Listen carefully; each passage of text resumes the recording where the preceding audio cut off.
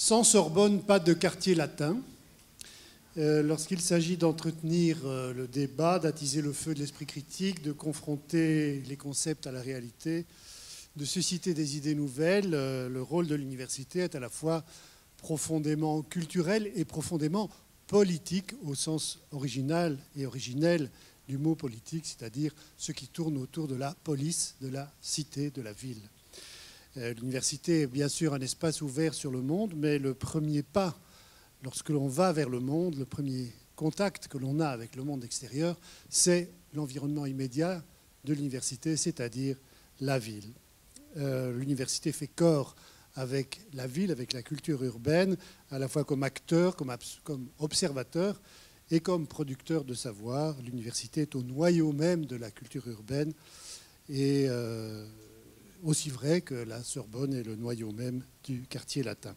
Alors pas plus tard qu'hier, la revue Brussels Studies a publié une étude d'un géographe de l'université où nous sommes, qui s'appelle Benoît Quitelier, une étude sur le lien entre, d'une part, la pratique du hip-hop et de la breakdance, et d'autre part, la géographie et la sociologie des quartiers de Bruxelles, donc de la ville.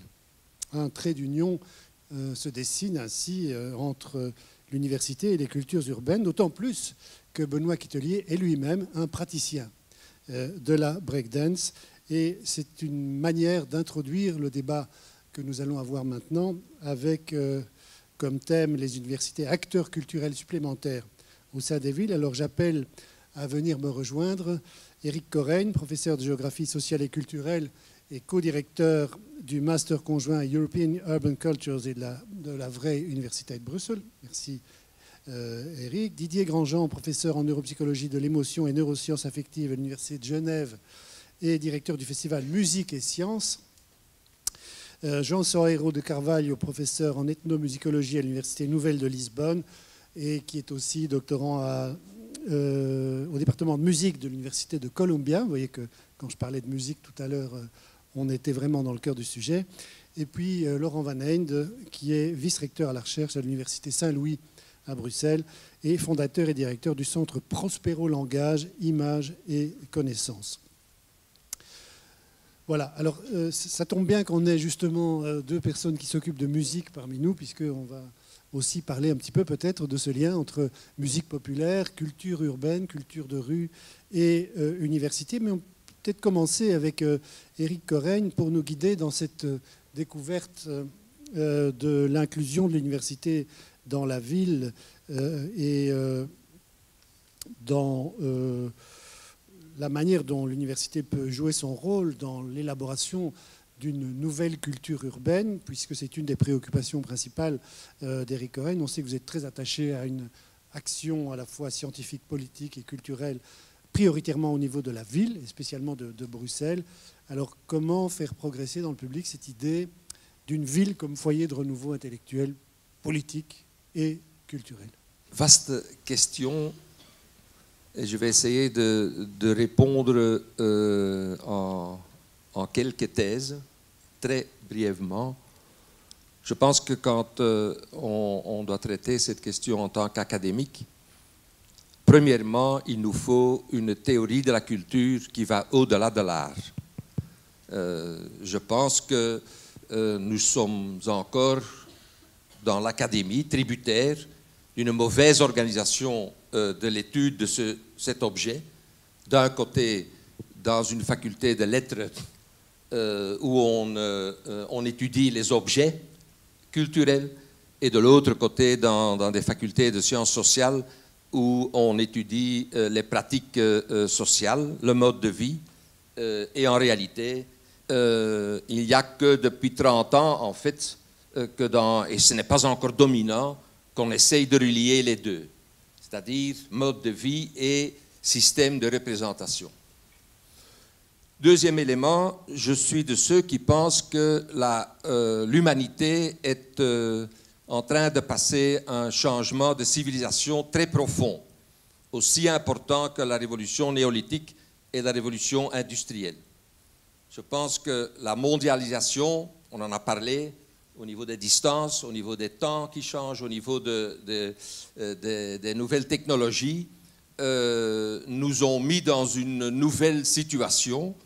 Et donc, mon approche, disons, des villes, plutôt que, enfin, ce ne sont pas seulement des lieux, des places ou des localités dans des pays, mais moi, je suis intéressé dans l'urbanité. C'est-à-dire, je prétends que l'urbanité est en fait une préfiguration de la société post-nationale. Je pourrais en dire beaucoup plus, mais au niveau de la géographie aussi, des cartes mentales par exemple, des territoires, je pense qu'il est beaucoup plus important maintenant d'étudier les espaces des flux que des espaces des lieux, etc. Donc ça a beaucoup d'importance.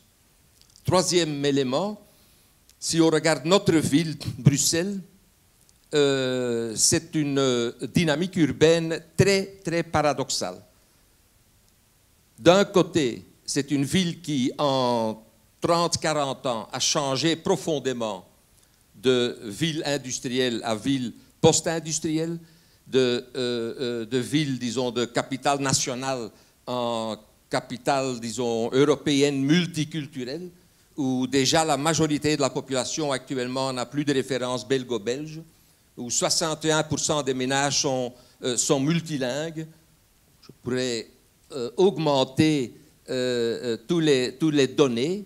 Et de l'autre côté, dans cette même période, Bruxelles est devenue le reste, et le symptôme d'ailleurs aussi, de 6 réformes de l'État basées sur des principes du 19e siècle, c'est-à-dire, disons, le désir de faire des territoires monoculturels et monolinguistiques, et où donc en réalité cette ville, elle reste, ne répond pas à cet idéal, mais où 2 communautés de façon indépendante, 2 pays limitrophes en fait, organisent la reproduction sociale, organisent la représentation mentale de ce qui se passe.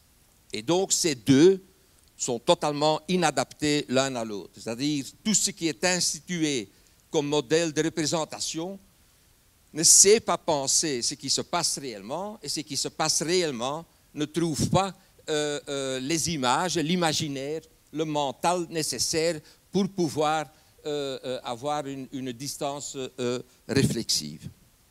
4e problème, thèse, est-ce que les universités sont des leviers dans cette interaction, disons, culture-ville? Bon, là, partiellement oui, très partiellement oui. Je pense se réfère par exemple, mais je pourrais donner d'autres exemples, que la participation de l'Académie bruxelloise à la préparation des États généraux de la société civile est assez exceptionnelle. Je ne trouve pas d'autres exemples en Europe où un processus citoyen a été soutenu par la recherche, par la mise en commun d'une recherche, par la mise en pratique aussi d'une recherche. Et donc il y a des exemples, disons, qui sont positifs. En gros, je suis assez pessimiste. Je pense que la structure de l'université est aussi une structure qui découle du 19e siècle. Son rapport à l'État, on a parlé beaucoup dans la première table de francophonie et de pays, ça n'a rien à voir avec la ville, ça n'a rien à voir avec la complexité culturelle et les problèmes de représentation en ville. Et je pense donc que nous devrions réfléchir sérieusement le prix qu'on paye de cette obsession d'organiser la connaissance de façon disciplinaire en faculté, qui ont été fonctionnelles. Il y a des recherches très concluantes là-dessus. Je réfère au groupe Gulbenkian que Wallerstein a organisé. L'organisation de la connaissance était en fonction de la construction de l'État-nation. Conception territorialisée du 19e siècle de l'organisation du monde, qui a d'ailleurs donné lieu aussi au colonialisme et à l'organisation de ce monde. Donc, pour penser une société post-nationale et post-coloniale, nous devrons nous allons devoir organiser la recherche et la construction du savoir d'une toute autre façon.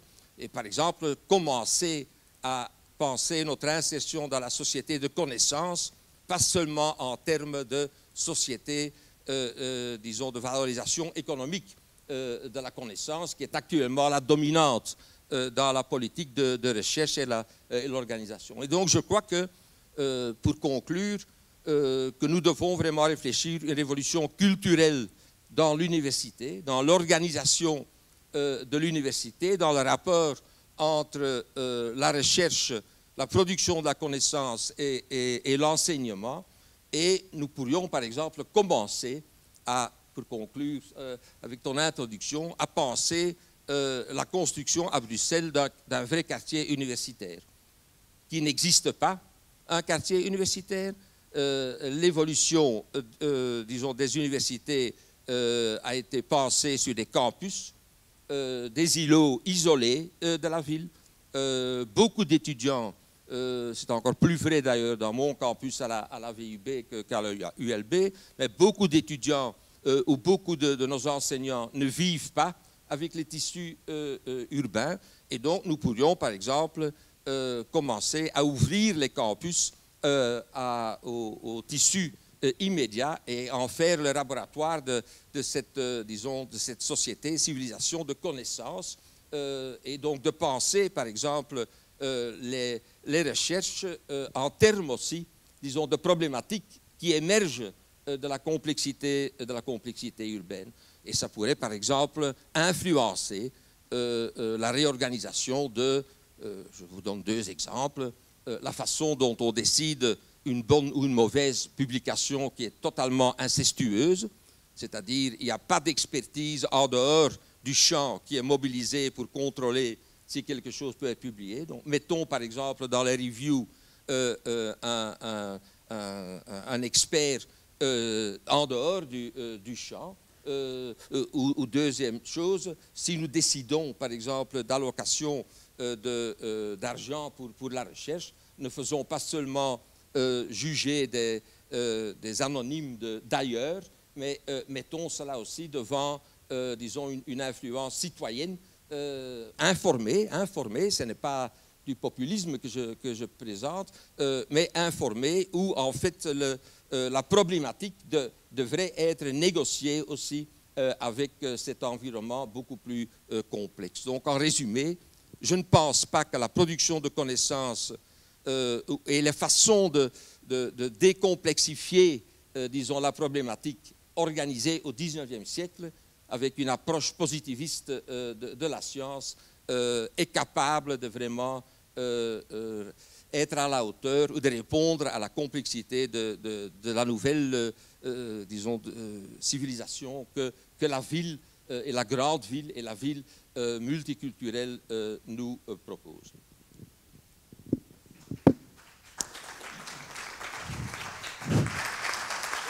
Bon. Merci beaucoup. Je pense que c'était vraiment une manière de cadrer la réflexion qui est extrêmement fructueuse et intéressante.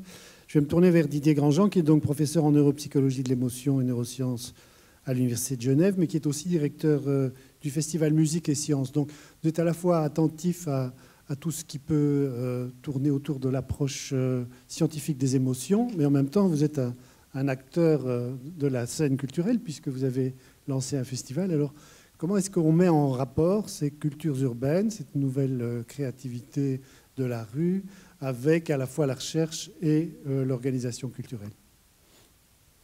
J'essaie de faire mes choses. Merci. Oui, donc je vais prendre un point de vue qui va aller un peu peut-être contre ce qui a été dit auparavant par plusieurs intervenants. C'est très bien qu'il y ait des éléments de culture au sein de l'université, que des étudiants fassent de la céramique ou de la danse, ou que sais-je. Mais je ne suis pas sûr que ce soit le mandat de l'université de générer des structures qui vont favoriser ça, pour plusieurs raisons. Une raison, c'est que je pense les mouvements artistiques qui ont dont une des fonctions a une fonction justement contestataire de l'ordre établi se prête peu à une institutionnalisation telle qu'elle peut être pratiquée au sein de nos universités avec toute la structure facultaire qui est associée. Et donc, je pense qu'on peut créer, oui, des terreaux favorables à l'émergence de nouvelles formes d'art ou bien d'art contestataire, mais vous évoquiez le rap ou le hip-hop, n'ont pas du tout émergé dans des structures préétablies ou bien avec des financements publics, etc. C'est-à-dire, c'est quelque chose qui a émergé dans les années 70, dans des milieux urbains défavorisés, et qui cherchait à dénoncer, et par les textes et par une rupture avec des traditions musicales, cherchait à vraiment contester en ordre établi. Et donc, là, je pense qu'il y a une difficulté, et elle évoque un peu la difficulté que vous avez mentionnée auparavant, que d'allier de l'institution avec l'émergence d'art, plus que culture, d'art, qui a une fonction de contestation de l'ordre établi. Ceci étant dit, en effet, donc, on a développé à l'Université de Genève toute une interaction avec la Haute École de musique de Genève également. Et en fait, pour la petite histoire, je me rappelle, c'était il y a 5 ans qu'on s'est rencontrés. Et donc, moi, je viens des neurosciences, donc quelque chose d'assez dur, même si j'ai une vision très issue de la psychologie dans ce domaine-là, sur la construction des représentations mentales, quels sont les mécanismes neuronaux sous-jacents, etc. Je me suis retrouvé avec un ami maintenant, qui est Marc-André Rappa, qui est professeur d'harmonique à la Haute École de musique. Et j'avais l'impression vraiment de parler à un extraterrestre. J'avais beaucoup de peine à rentrer dans son discours. Et en fait, il nous a fallu plusieurs années pour arriver à trouver un terrain d'entente pour construire quelque chose qui n'aurait pas émergé si on ne s'était pas rencontré. Et je pense que là, l'université a un rôle à jouer avec les autres institutions qui s'occupent d'art ou de culture, pour développer des approches qui vont allier une démarche scientifique pour comprendre un phénomène, qui est par exemple mon intérêt de savoir pourquoi on aime tellement la musique, par exemple, hein, qu'est-ce qui nous émeut dans la musique, pourquoi ça nous émeut, quels sont les mécanismes qui sous-tendent ces émotions en lien avec la musique, mais également de m'ouvrir à l'autre qui a des compétences et des connaissances que je n'ai pas et avec qui, dans l'interaction, on peut construire de nouveaux projets de recherche. Et dans ce contexte-là, on a créé le Festival Musique et Sciences, qui est vraiment un lieu où on réunit des scientifiques et des artistes ou des praticiens pédagogiques dans le domaine de l'art, particulièrement de la musique, pour discuter certains aspects comme le geste musical, l'expressivité musicale, comment elle peut être vécue par l'artiste ou par le pédagogue et comment elle peut être approchée scientifiquement. Ce qui a aussi débouché sur 2 projets scientifiques qui ont été financés par le Fonds national de la recherche scientifique suisse à hauteur de 1 million de francs suisses sur 3 ans et qui n'aurait jamais émergé s'il n'y avait pas eu ce contact avec la Haute École de musique. Jamais je me serais penché sur l'origine et le lien entre métaphore et musique si on n'avait pas eu ces discussions qui sont des discussions vraiment interdisciplinaires et qui dépassent complètement justement l'aspect facultaire. D'ailleurs, on a monté un centre interfacultaire en sciences affectives hein, où on a vraiment des philosophes, des neurologues, des psychologues, des gens du droit, de la littérature, du cinéma, qui sont réunis sur un même lieu. Ça, c'est un point important, malgré qu'on est dans un espace mondialisé. La réalité du lieu puis la réalité des échanges au quotidien change beaucoup les représentations qu'on a des autres disciplines. Et là aussi, il nous a fallu plusieurs années pour s'apprivoiser, pour rentrer dans les méthodologies de l'autre, pour pouvoir développer des projets en commun. Et maintenant, on a vraiment des projets avec des philosophes analytiques et sur des concepts comme le feeling, sur l'émotion, etc. Donc, juste pour finir là-dessus, donc, je pense que l'université, oui, a un rôle à jouer dans les aspects culturels. Je pense qu'à l'instar de ce qui a été dit tout à l'heure par M. Loïs, que oui, il faut laisser la place à l'émergence de choses par les étudiants, des associations, etc. Mais je pense qu'il y a quelque chose de plus qui peut être fait en articulant la recherche avec par exemple la Haute École de musique ou les arts en général, pour développer des nouvelles approches. Et juste un dernier élément, un exemple concret de ce qu'on est en train de développer. Donc on s'intéresse à qu'est-ce que ça veut dire écouter de la musique, hein, comment on se représente la musique à travers la gestualité représentée du musicien, par exemple, et son expressivité. Et donc ça, c'est tout un projet scientifique qui m'intéresse beaucoup. Mais un autre aspect, ça a débouché en fait sur est-ce qu'on peut utiliser des nouvelles méthodes, comme tout ce qui est le motion capture, hein, la capture de mouvement, pour aider, d'un point de vue pédagogique, les musiciens à mieux se représenter leurs gestes.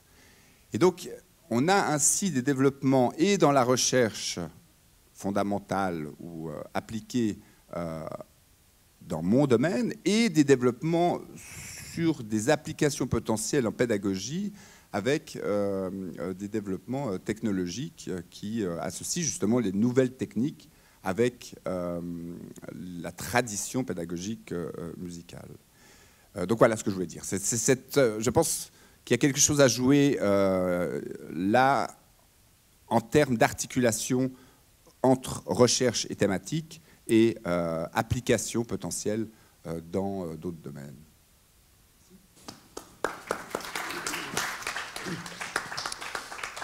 Alors, professeur Jean Sorero de Carvalho, vous êtes ethnomusicologue, donc vous analysez les liens entre la musique et les traditions culturelles aussi. Et peut-être vous êtes confronté, puisque vous êtes un peu des deux côtés de l'Atlantique, hein, Columbia d'un côté et Lisbonne de l'autre, confronté à cette réalité de la mondialisation de la culture musicale notamment, l'émergence de musique mondiale, de traditions musicales qui se confrontent et qui aboutissent à des créations nouvelles et originales. Dans quelle mesure est-ce que l'université peut s'intégrer dans cette évolution et y jouer un rôle? Merci pour votre question. Mon français n'est pas excellent, alors vous comprenez que je suis pourtant obligé de lire mon intervention. Et permettez-moi quelques réflexions préliminaires. Je voudrais tourner non au 19e siècle, mais plutôt au 18e siècle,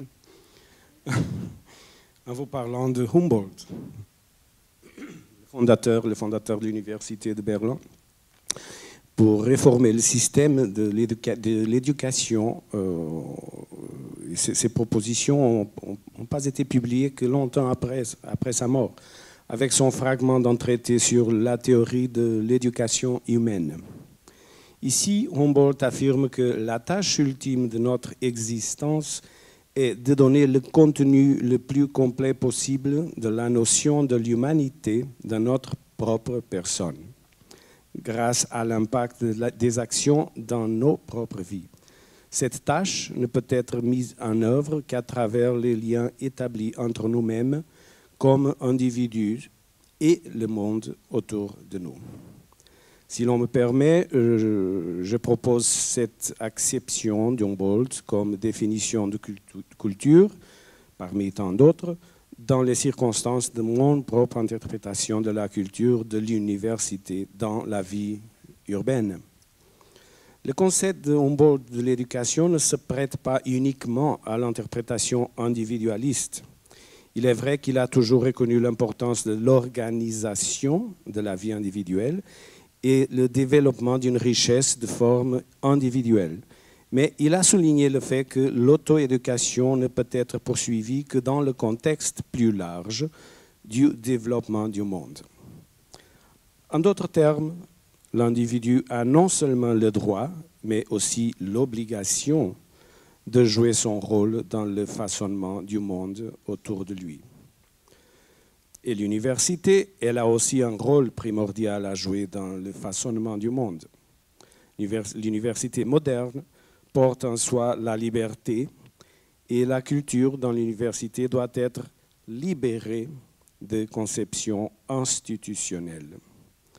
Comme la recherche scientifique d'abord, la culture à l'université doit être libre de l'utilitarisme, de l'employabilité. John Stuart Mill, d'autre part, exprimait son point de vue sur la liberté en illustrant comment l'amélioration de la qualité personnelle et l'auto-amélioration d'un individu sont les seules sources de ce qu'il appelle la vraie liberté. Seulement quand un individu est capable d'atteindre une telle norme bénéfique de soi-même, tandis que dans l'absence de rendre onérosité externe sur les autres, dans leur propre voyage de se procurer un calibre plus élevé d'estime de soi, la vraie liberté peut prévaloir. L'attitude de Mill vers la liberté et l'accomplissement individuel à travers l'auto-amélioration a inspiré beaucoup. En établissant un niveau appréciable de dignité concerné avec la capacité à remplir les normes personnelles de notabilité et de mérite, Mill était en mesure de fournir un grand nombre avec un principal exemple de la façon dont il devrait atteindre ces valeurs particulières. Le mode de vie des modernes villes est bien illustratif du rapport entre l'individu et le collectif qui permet le développement de la culture.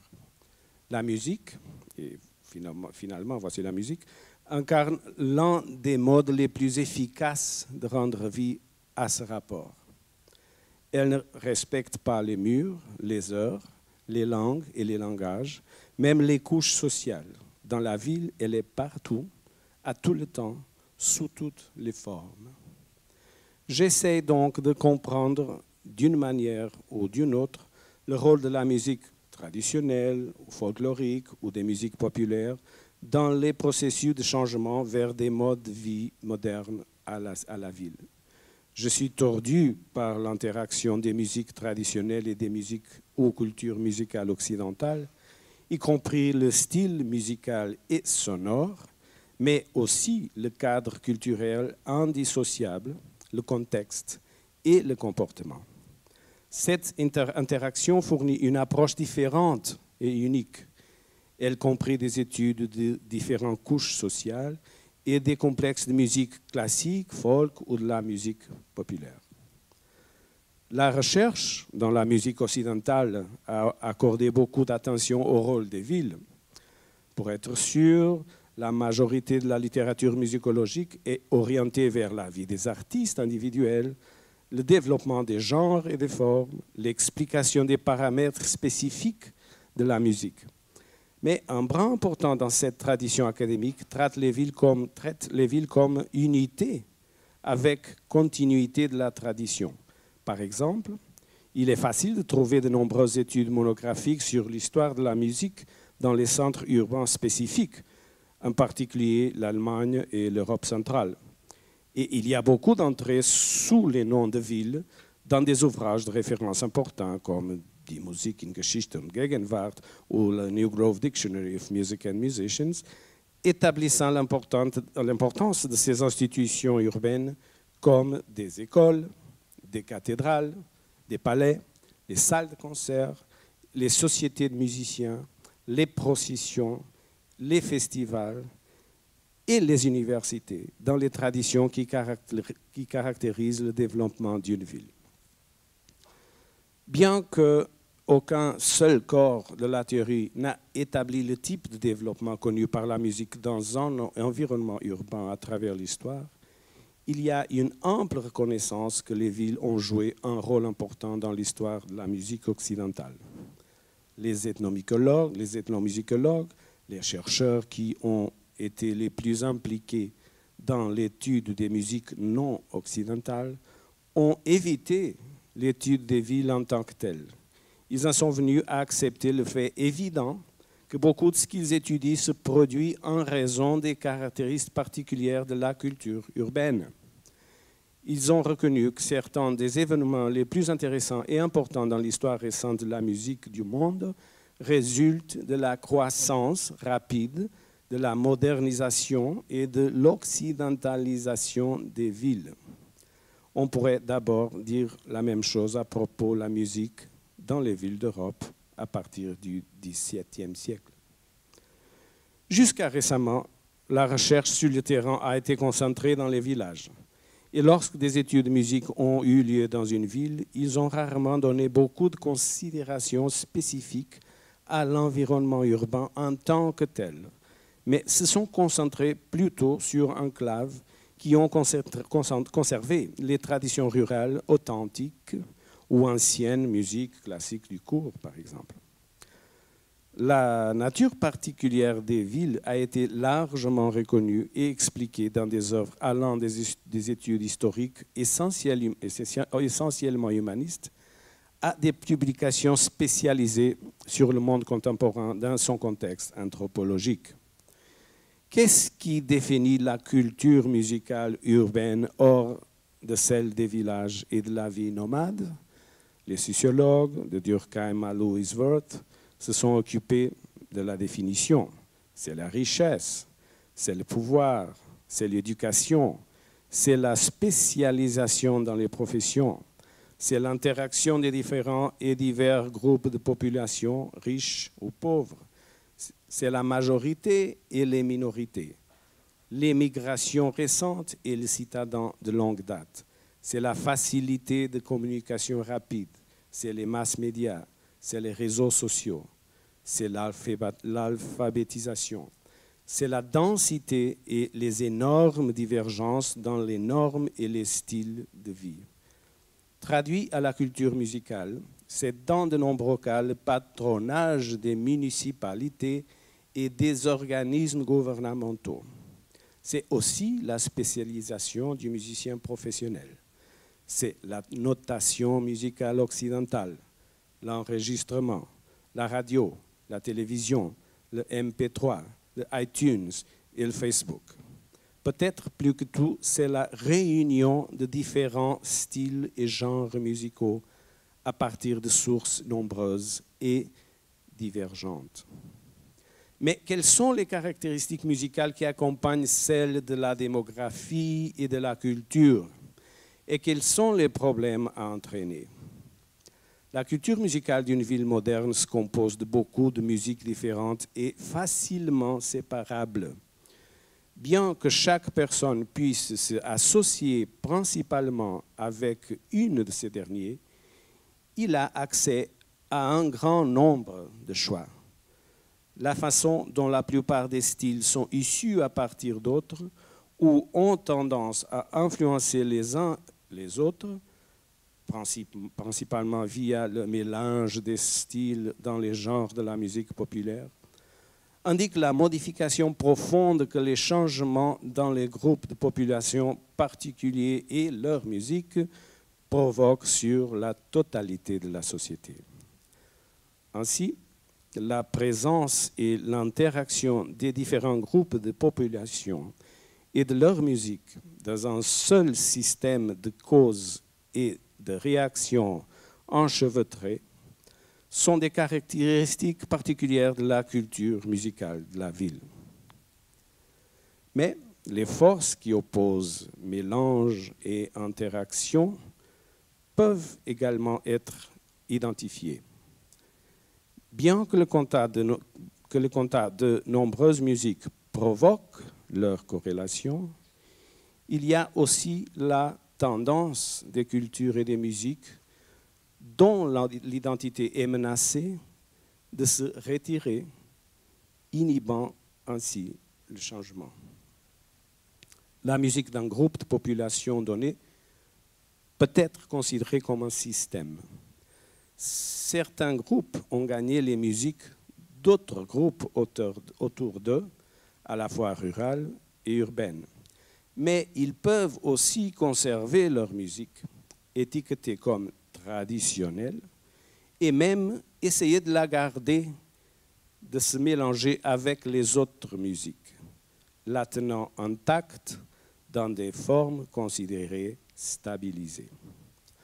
En fait, la cité musicale, au contraire des belles idées platoniciennes sur la musique, peut bien se faire de conflits. Le cosmopolitisme de la grande ville est, bien sûr, un assemblage sonore impressionnant qui transporte en soi-même l'homologie avec la tour de Babel que Dieu lui-même a interrompue en brouillant les langages de ses bâtisseurs. Dans les années 80, Peter Gabriel et la world music ont vraiment sauvé la Babylone. Il reste à savoir ce qui va se passer dans le futur proche. Quels seront les vrais rapports entre les musiques et la société en ville et au campus urbain? Sera le mélange du son musical un agent d'accord social ou d'abord sera-t-il différenciateur et porteur d'exclusion? Quelles seront les homologies sociales du futur à propos du son musical? Hélas, je vous laisse la question. Merci.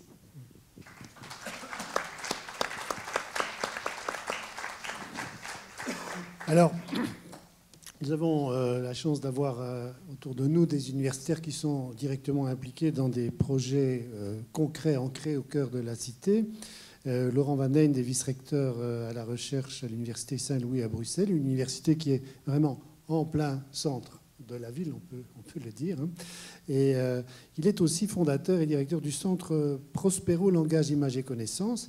Alors il va nous dire de quoi il s'agit, mais peut-être aussi nous dire quelles sont les difficultés propres à l'Université Saint-Louis pour entrer en symbiose et en corrélation avec son environnement immédiat, c'est-à-dire ce centre-ville et ses habitants et ceux qui la fréquentent. Merci beaucoup. Je vais essayer de répondre à cette question. Bonjour à tous d'abord. En entendant, je suis arrivé en cours de matinée un petit peu tard, mais j'en ai eu la fin de la première table ronde. Et du coup, je voudrais insister sur la manière dont nous pratiquons institutionnellement la politique culturelle à l'Université Saint-Louis. Je crois que c'est un positionnement intéressant. Donc institutionnellement, il existe à l'Université Saint-Louis depuis quelques années un conseil pour la politique culturelle. Si j'insiste, c'est parce que cela veut donc dire que nous assumons, en tout cas j'assume parce que j'ai la chance de présider ce conseil aussi, nous assumons le fait d'avoir une politique culturelle et donc d'être, je dirais, relativement interventionniste. Ce qui ne veut pas dire dirigiste, mais il y a la volonté, effectivement, d'un moteur de politique culturelle au sein de notre université. Je suis de ceux qui croient que sans cela, la culture passerait aisément à la trappe à l'université, et ce qui serait une contradiction par rapport à l'université même. Je vais y revenir à plusieurs reprises. L'université est pour moi un lieu d'invention culturelle aussi, d'invention de forme de savoir, et donc en ce sens-là, de forme culturelle. Mais il ne faut pas se leurrer. L'université aujourd'hui est sous une certaine pression, que ce soit nos étudiants, on leur en demande de plus en plus, et nous savons bien que de plus en plus nombreux sont nos étudiants qui travaillent aussi pour payer leurs études, donc ils sont sous pression. Les enseignants-chercheurs le sont aussi. Les exigences en termes d'évaluation, en termes de production scientifique sont de plus en plus importantes, et c'est parfois pour le meilleur. Ce n'est pas une lamentation que je fais là, mais il faut être très conscient du fait que dès lors, la culture peut très vite être à la remorque, ou même bien loin derrière la remorque, totalement oubliée en chemin. Et donc je crois qu'une université doit prendre, en tout cas c'est l'option que nous avons prise, doit prendre en charge une politique culturelle. Mais une politique culturelle qui, vous voyez, est conçue à partir d'un conseil. Donc il ne s'agit pas d'un recteur à la politique culturelle, par exemple, même si je suis vice-recteur, mais c'est vice-recteur à la recherche, pas à la politique culturelle, mais c'est bien un conseil qui prend cela en charge. Et le conseil à la politique culturelle à Saint-Louis, eh bien, il est composé par des représentants de toutes les facultés et de tous les corps qui composent l'université, et à part égale. donc aussi bien académiques, scientifiques, administratifs, personnel technique et ouvrier, et étudiants, bien sûr. Il y a une délégation étudiante importante associée au Conseil pour la politique culturelle. Cela parce que nous sommes aussi convaincus que c'est l'ensemble de la communauté universitaire qui peut apporter quelque chose à la vie culturelle de la cité et tout particulièrement de Bruxelles. Donc c'est la communauté universitaire en son ensemble qui est requise, parce que la communauté universitaire en son ensemble fait partie ou participe à ce qui est l'université humboldtienne dont on parlait il y a peu de temps, c'est-à-dire aussi une invention, enfin aussi essentiellement une invention de formes culturelles via les formes de savoir notamment. Alors, si nous avons créé ce Conseil pour la politique culturelle, c'est donc parce que nous sommes convaincus que l'université, une université quelle qu'elle soit, est un acteur culturel, et un acteur culturel dans sa cité, et que donc nous sommes des acteurs culturels à part entière à Bruxelles, et donc je ne dis pas que le supplémentaire est mal choisi, mais en tout cas, ce n'est pas subsidiaire, si vous voulez. C'est un acteur culturel parmi d'autres, au même titre que d'autres, même si c'est avec ses spécificités. Alors, comment être un acteur culturel à Bruxelles, et tout particulièrement, en effet, au centre-ville? Eh bien, nous voulons nous penser comme un lieu de créativité culturelle. Alors évidemment, sans penser que c'est nous qui allons pouvoir faire théâtre, ou nous-mêmes qui allons pouvoir créer des formes culturelles totalement neuves. Il s'agit à chaque fois, bien sûr, d'interaction. Il s'agit d'attirer en nos murs des partenaires culturels et de travailler avec eux. Mais attirer des partenaires culturels en nos murs, ça n'a du sens, encore une fois, que parce que nous sommes nous-mêmes, à notre manière, en tout cas, nous devons l'être, et j'espère que nous le sommes, des créateurs culturels. Donc, être le lieu d'une créativité culturelle, et aussi, dans le sens inverse, nous déplacer autant que possible dans de multiples lieux culturels. Donc, participer à des événements culturels avec l'apport d'un savoir, mais un savoir qui est décentré aussi, c'est aussi, je vais y revenir dans un instant, lorsque l'on intervient en introduction ou en conclusion dans un débat d'une représentation théâtrale, par exemple, il est clair, ou alors ce serait bien malheureux si tel n'était pas le cas, que nous ne venons pas avec notre savoir clé sur porte, mais que justement nous l'exposons à ce qui a fait événement et au public qui a participé à cet événement. Donc à la fois être un lieu de créativité et en même temps nous déployer dans de multiples lieux culturels, ce qui veut dire que très concrètement, je crois que la politique culturelle pour l'université, elle passe par le décloisonnement, et même le décloisonnement géographique, physique. Arriver à se dire que l'université, elle n'est pas que dans les bâtiments que nous occupons rue du Marais ou boulevard Botanique, elle peut être aussi ailleurs, et que les lieux d'activité culturelle ne sont pas seulement en dehors de l'université, mais sont aussi au cœur de l'université. Et là, pour le coup, c'est une tâche qui, je crois, est très importante pour une université comme la nôtre, qui est certes au centre de Bruxelles, mais pas non plus dans la partie du centre de Bruxelles qui est la plus vivante en soirée. C'est le quartier du Marais, c'est un lieu très riche puisqu'il y a beaucoup d'institutions d'enseignement, mais à partir d'une certaine heure, c'est clairement pas un campus vivant. Hein. Donc, développer une activité culturelle est aussi une manière de faire évoluer ainsi autant que possible ce qui peut enrichir la cité tout autour de nous. Donc, vous voyez, être acteur culturel, pour nous, ça veut dire être attentif surtout aux diverses formes de production du sens. Toute université produit du sens, mais selon ses spécificités, qu'en est-il des autres formes de production du sens? Nous devons y être attentifs, nous devons nous y confronter, nous devons, par cette confrontation, aussi faire évoluer nos propres méthodes, nos propres savoirs également. Alors attentif, ça veut donc dire soutenir des activités culturelles, que ce soit en nos murs ou au-delà, je vous le disais, promouvoir dans certains cas, donc nous n'avons pas, bien sûr pas toujours l'initiative, mais aussi dans certains cas initier, provoquer des inventions culturelles avec nos méthodes propres, avec nos compétences, si je puis dire, propres. Si nous pouvons, je crois, prétendre à cela, mais c'est peut-être plus de l'ordre du programme, je ne vous dis pas qu'on a réussi, hein, ça existe depuis 5-6 ans seulement, nous ne sommes certainement pas particulièrement en avance, et il y a énormément de boulot à faire. Donc mon discours n'est pas du tout triomphateur, il est plutôt, je dirais, plein d'espoir ou de conviction. Si nous pouvons ainsi prétendre être un acteur culturel à part entière, c'est parce que, je pense, et c'est tout à fait essentiel, la politique culturelle est pour moi de l'ordre du fondement de l'université. Donc la politique culturelle, ce n'est pas un gadget, ça ne doit surtout pas être un gadget, et ça ne doit surtout pas se réduire à des opérations de visibilité. Alors la visibilité de l'université est très importante, la communication est très importante, mais la politique culturelle, c'est autre chose. Et je crois qu'on a toujours beaucoup de mal à éviter, enfin, qu'on risque toujours une certaine confusion entre les deux. Et c'est pour ça que nous avons créé un conseil pour la politique culturelle clairement distinct de tout ce qui est de l'ordre de la communication. Ça ne nous empêche pas de collaborer, évidemment. C'est pour s'assurer que la politique culturelle soit développée pour elle-même et pas seulement comme un moyen au service d'une visibilisation de l'université. Mais donc, si ce n'est ni un gadget, ni une simple vitrine, si la politique culturelle est au fondement de l'université, c'est donc qu'elle concerne, qu'elle touche aux 3 missions de l'université, et aux 3 de manière tout aussi décisive. Alors évidemment, lorsque l'on parle de politique culturelle, on pense sans doute très spontanément au service à la société. Bien sûr, la 3e mission, et pour une fois, on commence par celle-là, d'habitude on termine par celle-là, là en l'occurrence je commence par le service à la société. Évidemment, vous l'avez déjà compris, ça passe par les interactions, par le développement d'interactions entre des partenaires égaux et différents. Égaux parce que partenaires culturels des 2 côtés avec leurs spécificités.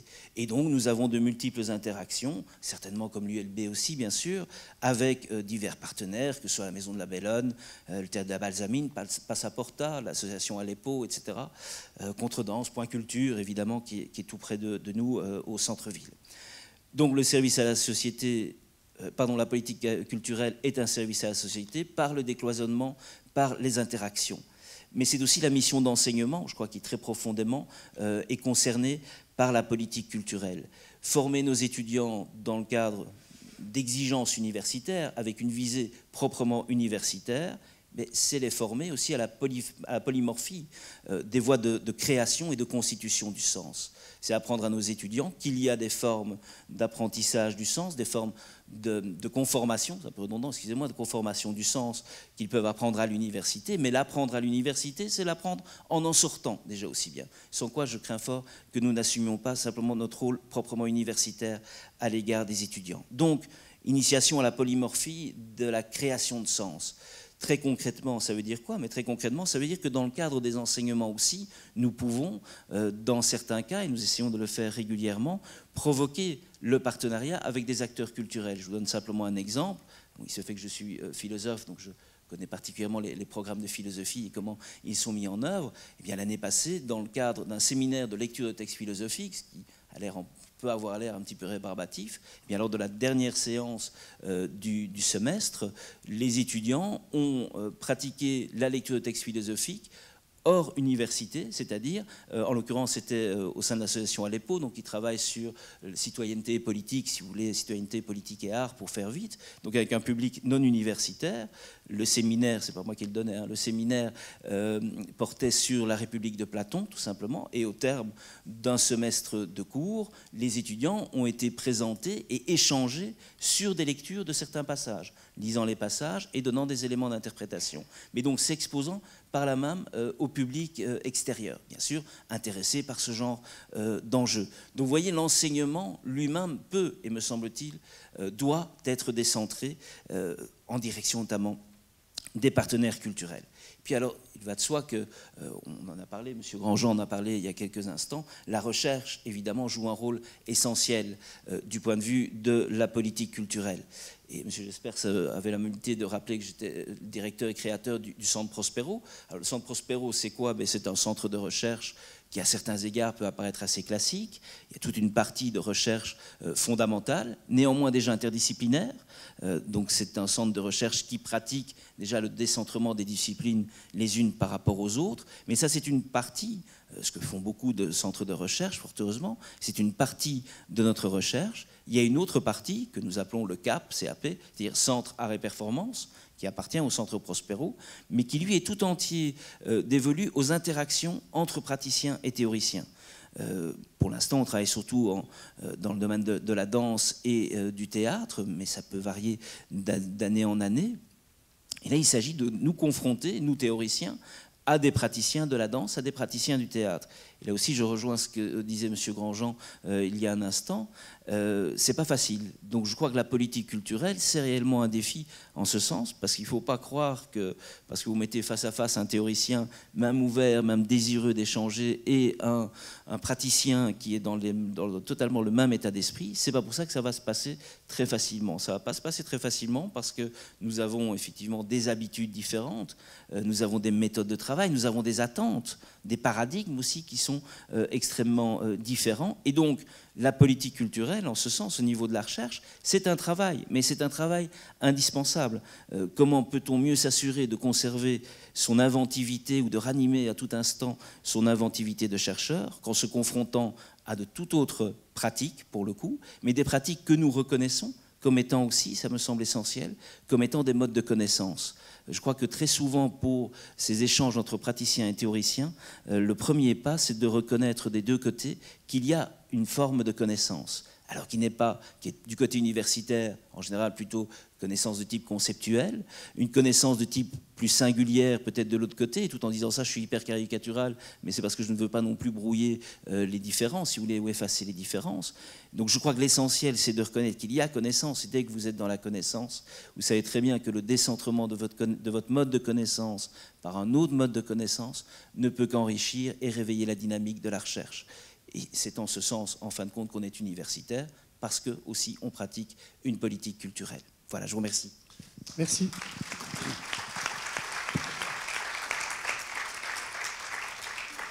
Bien, je suppose que nous avons encore un petit temps pour les questions, parce que nous sommes fort en retard, mais enfin, on ne va quand même pas vous couper la parole parce que vous avez faim. Donc si quelqu'un souhaite intervenir, il y a des micros qui peuvent circuler et vous avez la parole. Je vois une main qui se lève, un bras. Voilà, moi j'ai une question, particulièrement à M. Grandjean, mais je pense que M. Corrègne pourra intervenir aussi.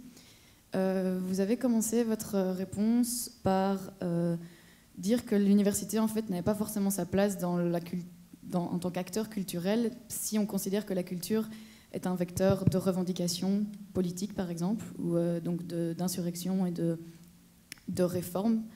Et moi, j'ai un petit problème avec cette vision-là, parce que je trouve que l'université en elle-même a toujours été un espèce de bouillon et de laboratoire qui a fait que les différentes révolutions sociales ont eu lieu, ont été la source de pas mal de révolutions sociales, et passer à travers la culture, pour moi, est un moyen aussi de l'université de s'exprimer.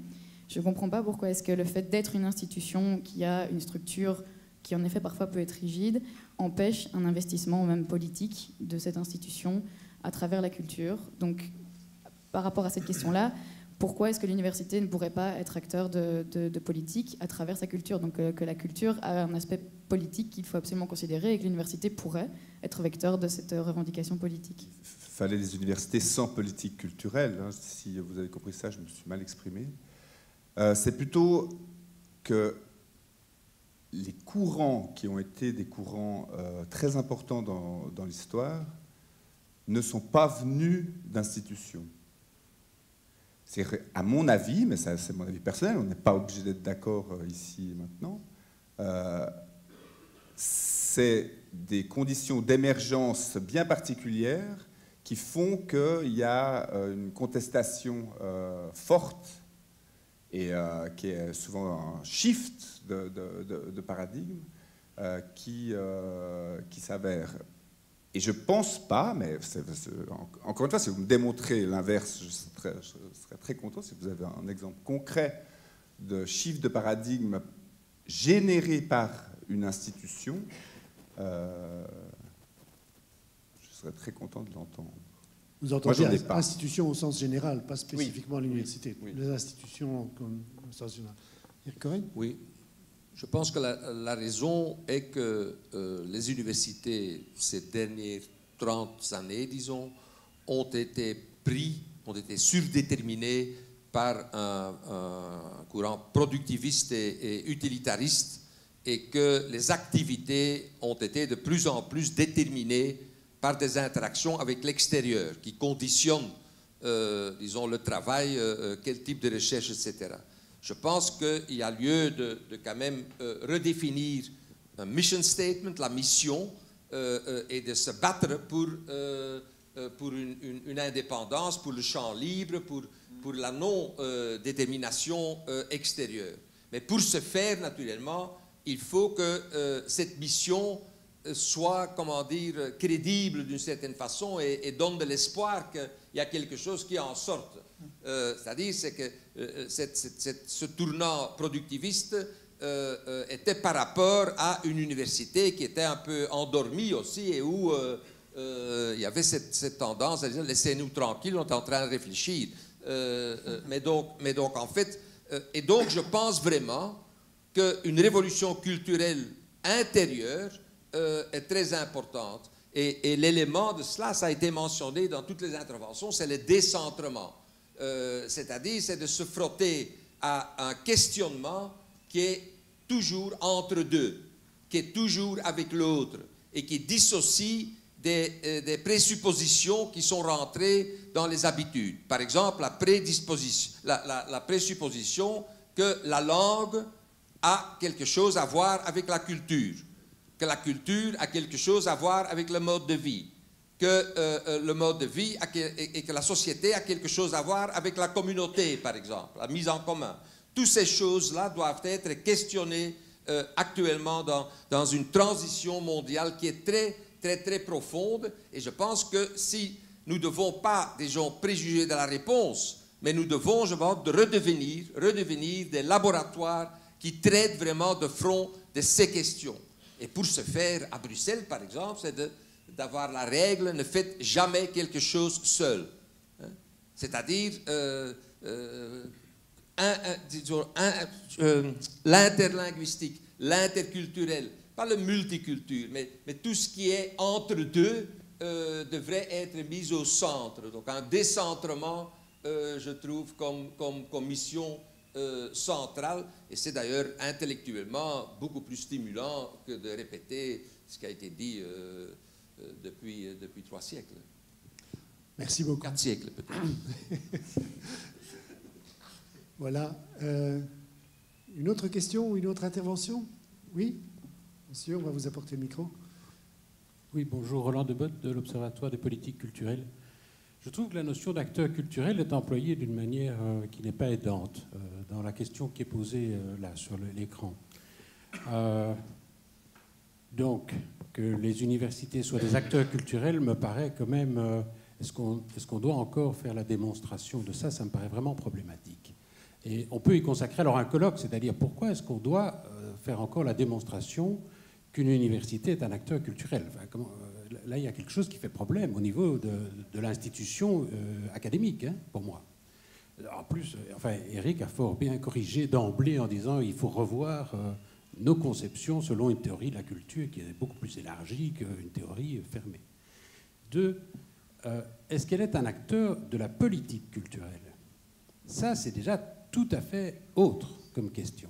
Je veux dire que quelque part, la question se pose alors, les questions vont se poser autrement, l'étendue de ce questionnement a une autre pertinence, et peut-être que les réponses qu'on va y apporter, dont M. Van Eyde a donné des exemples, par exemple, sont vraiment intéressantes. Mais ça, c'est une autre question, c'est-à-dire, est-ce que l'université est un acteur des politiques culturelles, par exemple dans la ville ici ou dans la communauté française?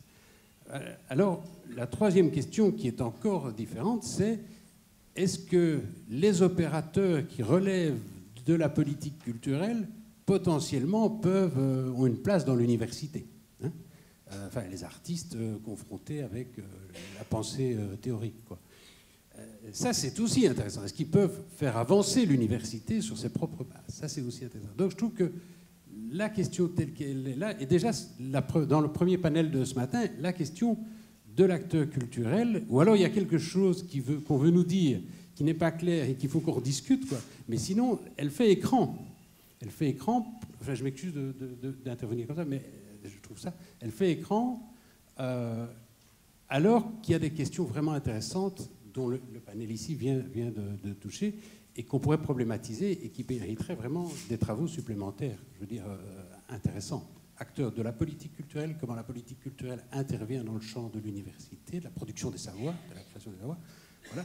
Et pourquoi est-ce qu'on se pose encore la question, comme ça je résume et je ferme, pourquoi est-ce qu'on se pose la question de savoir si on est un acteur culturel supplémentaire, donc qu'est-ce que ça nous raconte supplémentaire, quoi. Je veux dire, c'est vertigineux, mais bon, c'est intéressant quand même, hein. Bon, merci quand même. Voilà, merci beaucoup. Et je saisis l'occasion de cette intervention pour dire qu'effectivement, de l'avis même des organisateurs de ce colloque, ce n'est qu'un tout premier pas vers une réflexion beaucoup plus large sur cette question. Alors, peut-être une toute petite dernière question, à moins que quelqu'un veuille... Peut-être juste un petit commentaire oui. sur cette interaction entre la culture et l'université. Il y a un programme en Suisse qui s'appelle Artists in Labs. Et en fait, c'est un artiste qui vient pendant pratiquement une année, 10 mois, dans une série de laboratoires et qui regarde de son œil d'artiste la pratique de la construction du savoir à l'université et qui renvoie justement sa perception aux scientifiques. Et en fait, c'était une expérience extrêmement intéressante que cette interaction surtout qu'elle se déroulait pendant 9 mois. Et donc, c'était quelque chose qui était original et questionnant. Oui, juste en 2 mots, je vois bien ce que vous voulez dire avec l'appellation d'acteur culturel. Je crois qu'effectivement, c'est inquiétant si on se demande encore si l'université est un acteur culturel, mais je crois que le vrai problème est d'assumer pour l'université qu'elle est acteur culturel avec d'autres acteurs culturels, que le phénomène de se connaître comme acteur culturel implique interaction. Et ça ne va pas toujours de soi. Et c'est à partir du moment où on assume cette interaction qu'on peut vraiment être porteur de politique culturelle, participer à une politique culturelle. Et puis vous donnez... rejoindre votre dernière question, qu'en est-il de l'intégration de la culture dans l'université, éventuellement des formes artistiques dans l'université? Un autre exemple, par rapport à ce que vient de mener M. Grandjean, je crois que c'est possible et que ça peut être très porteur. Il suffit de penser en littérature à un cas tout à fait admirable dans la littérature américaine, c'est l'université de Missoula. L'université de Missoula a mis sur pied des ateliers d'écriture. Alors, il y en a dans différentes universités, etc. Je ne sais pas, je ne connais pas assez l'histoire de l'université de Missoula pour vous dire exactement quelle forme ça a pris. Mais l'une des grandes écoles littéraires américaines, c'est l'école du Montana. Le Montana n'est pas en principe un état de culture très avancé, enfin je suppose, pas l'impression, mais il y a au centre l'université de Missoula, et l'université de Missoula a littéralement agrégé un certain nombre d'écrivains qui vivent autour de cette université, autour de la ville de Missoula, parce que là c'est formé quelque chose entre université et milieu culturel. Je crois qu'on doit parfois aller chercher des exemples tels que cela pour voir ce qui s'est passé, pour prendre la leçon peut-être, mais je pense que surtout c'est un événement, c'est une circonstance particulière, mais qui doit pouvoir nous inspirer dans certains cas.